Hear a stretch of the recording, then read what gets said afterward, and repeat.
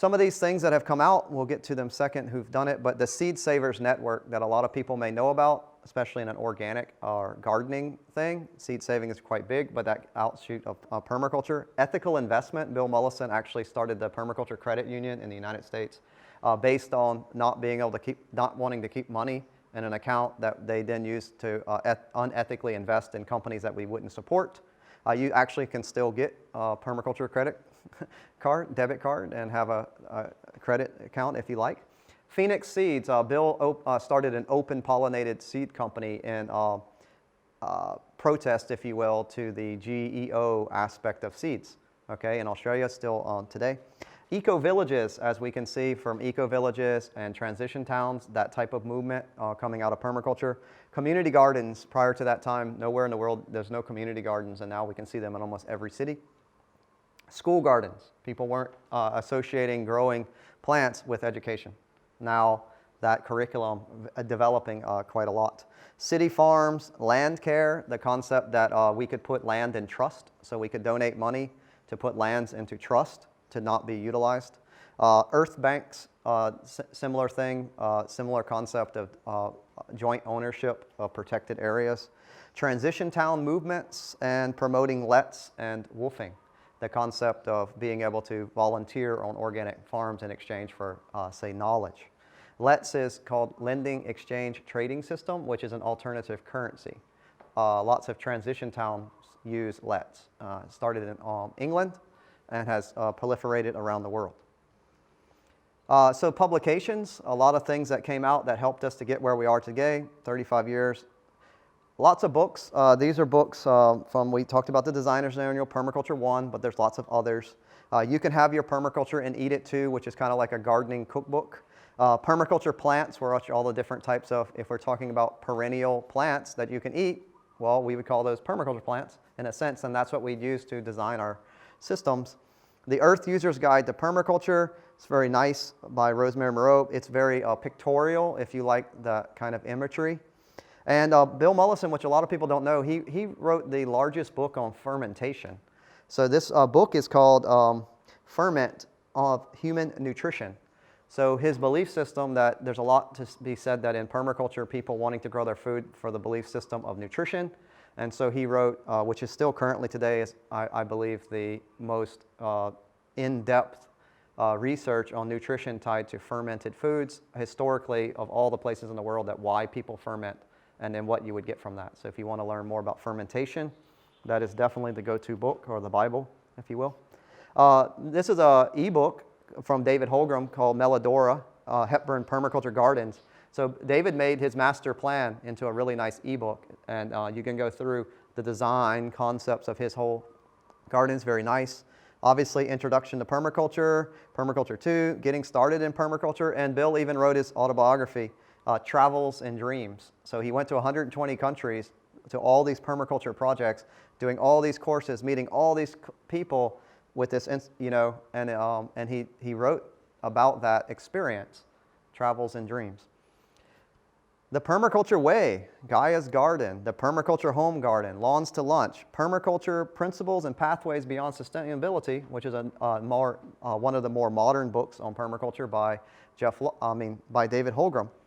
And in that book, David outlines, he says, look guys, the future, we don't know, but we know the past, we kind of know where we're at today. So he outlines the future based on the concept of peak oil. So he has in the end of the book, the peak oil graph, Hubbert's peak, says that that's where we've utilized half of the fossil fuels that we have today. So that at some point, if you've drank half, it must go down, right? Can't keep making more. And that's tied to our population growth. So he said there must be some, basically, if you want to theorize, scenarios. So one scenario is our population just keeps going straight up. He calls that a techno-fantasy, that technology is going to allow us to have a never-ending population growth until finally we have a singularity and we all fly out into space or something. Techno-fantasy. The other one he calls green stability. He says, well, basically we've plateaued right now and we're kind of going straight across. So we're not really going up, but we're not really falling down. We're kind of just going like this. And he calls that the green stability. The belief system that basically efficiency, green tech, things like this is going to allow us to have this increasing population, right? But everybody will maintain this current standard of living. So we get more people, but we all maintain the same standard of living. Must be some good tech. And or, he said the other one is Atlantis. He says, man, we get over the curve, there's not enough energy per capita, because we're going to get to 9.2 billion people by 2050 with a finite energy supply. People want their energy, they're going to fight. That creates the Atlantis. We just come right off the edge and crash. He said there's another one kind of between Atlantis. Atlantis is pretty much straight down. We have green tech. He said permaculture, or the permaculture pathway would allow us to come down, where what his belief system is that over generations, because his graph is in generations, each generation, ending at basically the baby boomers, will have less energy per capita. So the world's energy supply being finite, there being more people, going forth over the next generations, each person on the planet, if we divide the energy per capita, would have less energy supply. So we had reached peak energy per capita. Okay? So our generation will have less access to energy than our parents. My children will have less access to energy than me. Their children will have less access to energy than them. That has to be coupled with efficiency. If efficiencies can keep up with that reduction in per capita, we would have stability. And if it can't, we'll have our little ups and downs. And he kind of leaves the book there. He doesn't say which one. Obviously, being that he's a founder of permaculture, he believes that permaculture is the pathway. You probably could write a whole nother book the same size on just those scenarios, but he doesn't. He just says, look, I'm not going to go through trying to prove to you whether there's the singularity or this or that. Just that he believes permaculture is the pathway. So I highly recommend you can read that. It's on the internet. You can download it in an ebook. So many videos and DVDs have been produced, and they continue to be produced. So they started off with people having cassette tapes and watching cassette tapes, to selling DVD sets, to basically now we have YouTube. So Bill has 2 great videos on YouTube. Highly recommend that you would look them up. One is called Global Gardener Series. Okay, so there's a video per climate. So he goes to do the climate of temperate. He does drylands. He does tropical. What's really interesting is Bill goes to his students' farms. And he goes and visits his past students and checks out the farms they made in the different climates and how they're successful. And when he's there and the way he speaks, Bill probably has so many people that liked him because of the way he would interact with people. So it's really interesting to see how he was very humble. And he didn't say, show me what I taught you. He said, show me what I can basically learn from your farm because you've made it in, let's say, those relationships. So teach me your relationships. So it was very interesting. He also had another one, Permaculture Concept, In Grave Danger of Falling Food. So if you want to watch that, it's a great video also, and he describes a lot of his history of his life, his say where he's at. So you'll get a good idea from the actual founder of what permaculture is. I would take that as a basis. You also can listen to this. This is fine, my interpretation. But let's say sometimes the source is better than the second part. And more recently, though there's lots and lots of things on the internet, I'm just going to share what I believe to be one of the best permaculture teachers in the world, Jeff Lawton. I think he doesn't teach all aspects of permaculture, meaning each discipline, but the ones that he's passionate about and he has put out videos, they're probably the top videos in those categories, the things that he's passionate about. So remember, a holistic aspect of permaculture is to seek out the best teachers on each category, okay, so that you get this overview. So he's definitely got food, forest, and swales down, right? But we have other things like natural building, we have other things like community dynamics, and there's lots of people on the internet that you can find those. But for sure, check out all of his videos. I highly recommend them. And the properties. So we get to people learning all that, people talking about it, people showing it in magazines and videos, but where does it manifest itself? I have a lot of people that will email and say, if I take your course, I'm thinking about taking it, but if I take it, am I going to learn something practical that I can do? And can I build my farm? Can I do this? And can I, which is a very hard question, can I make money from permaculture? Well, we don't too much use the word money in class, we use yield. So can you derive yield? This plant is growing, it is a yield, right? I can obviously, if I chose, sell it in the market and derive money. But if I didn't sell it, I still have the beautiful aspect of it. It produces oxygen, things of this nature. So that's a yield. So what we want to do is have the balance or the net yield of our lives. One part of that is money. Other parts like holism, beautification, basically sharing, caring, all of these things are also yields. So we're looking more for permaculture as a net yield versus specifying an individual yield as protect net profit. Okay, but for sure we do make profit in permaculture. So many successful properties have developed offering fine examples of permaculture on the ground and in action.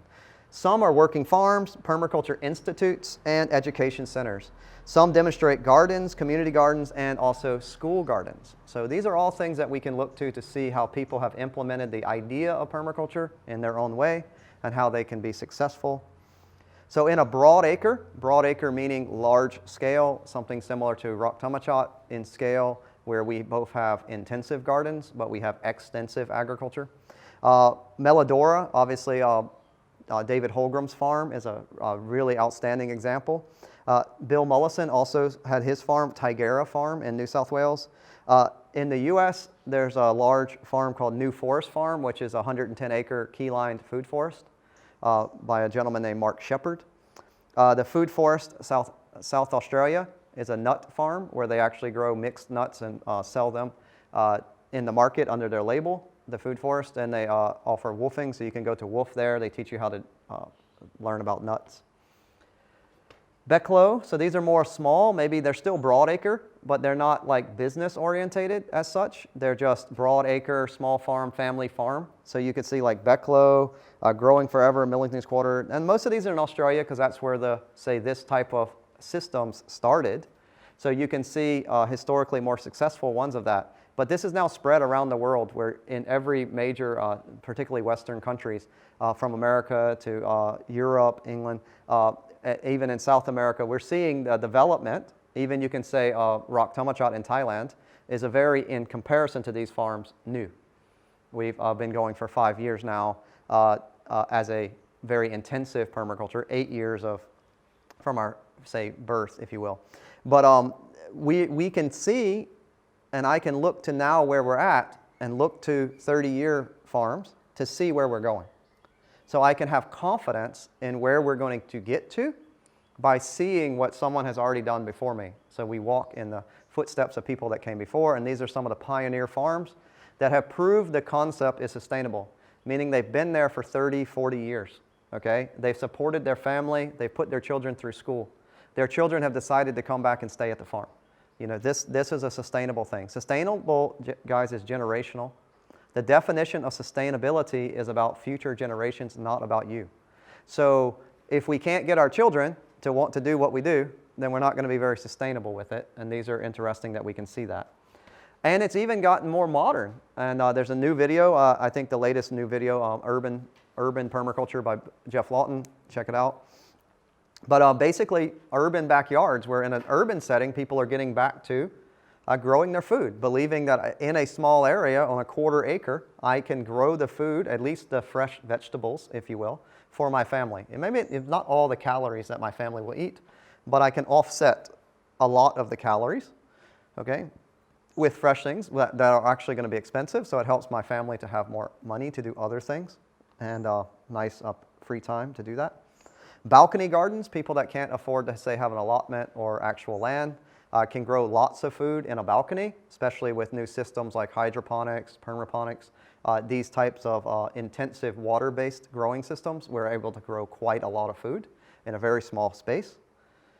Eco-villages, so the concept of living communally, some people might find it daunting to have their own farm, but instead we could have a collective farm. So in this instance, a group of people, 20 to 40 people, will get together and buy a large farm from a farmer who wants to do it in, say, an extensive way with tractors, this type of thing. And they'll split that into, say, 20 to 40 small permaculture farms that are going to do it intensively without the tractors or fossil fuel input. So divided by the number of people, that works. And that's a system. We can see that all over the world, from Crystal Waters, which is the oldest of the eco-villages around the world, and now they're on every continent. Eco-neighborhoods is a new concept where we said, well, you know, maybe we don't want to make an eco-village, but we want to make a neighborhood, but I really don't like neighborhoods that they cut down all the trees. And then they make paved roads and all this stuff. So what they go in and they make laws that say you can't cut down but 20% of the trees on your lot. And you can't, we have gravel roads, we don't put in concrete roads, and we have open ditches, right, and water systems like swales and ponds and dams to maintain our water harvesting. So this kind of concept is spreading around, started I think more so in Australia, and is now again spreading around the world. And permaculture businesses, people that operate what is definitely a business, meaning some of these places, that's just their family farm. They probably don't have legal structure as attached to it, but some people do go forward to be more, say, business orientated. A lot of this type of what you would describe a permaculture business is around education or consulting. So they have a consulting business where they're selling services. So what is a permaculture type service? Or some people selling at a farmer's market. In order to say, I want to sell my produce at the farmer's market, I would have to have a business license, or I can't have a stand at the farmer's market. So these are where you would incorporate that things were more incorporated. So the food forest, as we saw, they distribute nuts across Australia. That's obviously a large business. Permaculture biz, the Land Crossing Trust, so that's a businesses. The Permaculture Institute, which was Bill Mollison's institute for distributing his books and different things, would be a business. Holgram Design Services, so David Holgram does permaculture master plan designs for, say, large scale. He's more focused on eco-village design. So he designs full-size eco-villages. The Permaculture Research Institute, which is the business front for Jeff Lawton. Okay, so he distributes his media, videos, things like this, does courses worldwide, and also supports other institutes worldwide. And lots of different groups. So when you leave the course, you can go to your own town. You look up like Permaculture Guild. Right? That's a group of, would be a group of permaculture graduates within their own local region that get together maybe monthly or every quarter, and then they do something. A lot of them would do things like perma blitzes, where they would find a person, maybe it's an older lady, she's lost her husband, she needs help to develop her garden. So 10 permaculturalists will come together and they will bring everything, tools, and boom, and they'll blitz and build her a garden in one weekend. And she'll provide food, like maybe cooking food. And she gets a garden, and they get experience or just camaraderie, or they like doing it. So I just like to do it, and I don't mind to help someone, this type of thing. Lots of them in Australia, and again, throughout the UK and the US. So just look up online, typically described as permaculture guilds. And then education is where we're at today. Education helping to spread the message of permaculture. And without it, sometimes if we don't have education and we don't have media and we don't have now with videos on YouTube, people are not going to know about the concept. So the permaculture concept developed worldwide through the delivery of PDCs, permaculture design courses. Teachers taught students who became teachers, and it continues to grow. But I have to also take a call to action here. I don't know that to be the case anymore. I think it's very difficult. People are not wanting to become teachers anymore. I think it's now I only really need to get one person to replace me by the time I would retire, correct? But I find it difficult to find the one. People are not willing to take that, and it's a professional challenge. It's something that you have to want to do. It's like, you know, is that your passion? You want to do that. It's even the same problem in our school systems where kids go to school, beat up the teachers. Who wants to be a teacher? Teachers aren't paid. Why would you become a teacher?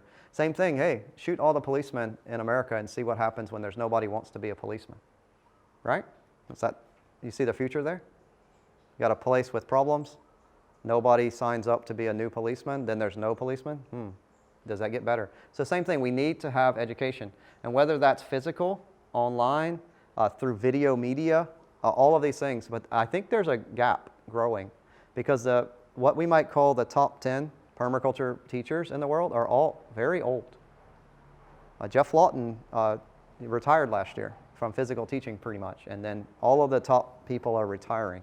So there's a gap of needing new people to fill those spaces, plus for the movement to grow in countries that it was more practical. A lot of times before, people had to travel a long ways to get to their PDC. Now I would hope that it was more localized. where I would see like people taking more localized PDCs at a fair price, right? And then even in Thailand, that we would see more local Thai people taking PDCs at Raktamachat as the foreign students that we have take them in their own countries in the future as more, say, projects, centers, and teachers develop. So why would we want to do all of this? Why is there a call to action to want to spread this message? Well, basically not to be in the fear-mongering concept, but we have a planet that is in crisis. If we continue at what we're doing, we're going to overrun most of our naturalized systems and create pollution. So the nation of permaculture, all the people who have graduated, that have learned about permaculture, who are participating in their own way in permaculture, is a basically group, okay? The internet can help to hold that together. It's contributed over 40 years of practical solutions, and that really can't ever really be underestimated. Whether it's yesterday me answering an email for someone who's asking me a question about how to make soaps, natural soaps and things for another community in Thailand.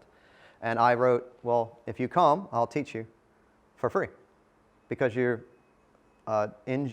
donating your time for no money at a place to teach Thai people.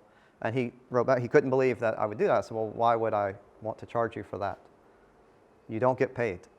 So I'm not, there's a difference. So is it a charity or is it a responsibility? So that's how a world is. It's just pay it forward. Some people have to pay, some people pay it forward, right? So this is a concept, and that's why being videotaped right now. Am I naive enough to believe that just because we have some kind of website learning management system that people don't record it and distribute it? No, I'm not. That's how it works in the world. But if you don't put it out there for more people, especially people, to be honest, that are not in the as well off as financially, so that there's a lot of people. We're getting to 9 billion people. This new 2 billion people are going to be on the bottom end. They're not on the top end. And they're not going to be able to afford to do or travel or have access. So I think this information for them would be very helpful. So also, you can move forward after you've done your introduction. There are places in the world that are offering permaculture degrees. I will stress, do your research, your due diligence, make sure that that place is legitimate. Make sure that you feel you're getting what you're paying for. There are some places that are definitely legitimate and they're backed up by the associations in their countries, so in the UK, the US, Australia. But there's quite a lot of places on the internet that you may not get a lot for what. So do your due diligence, okay, guys? I don't think it's hard to tell.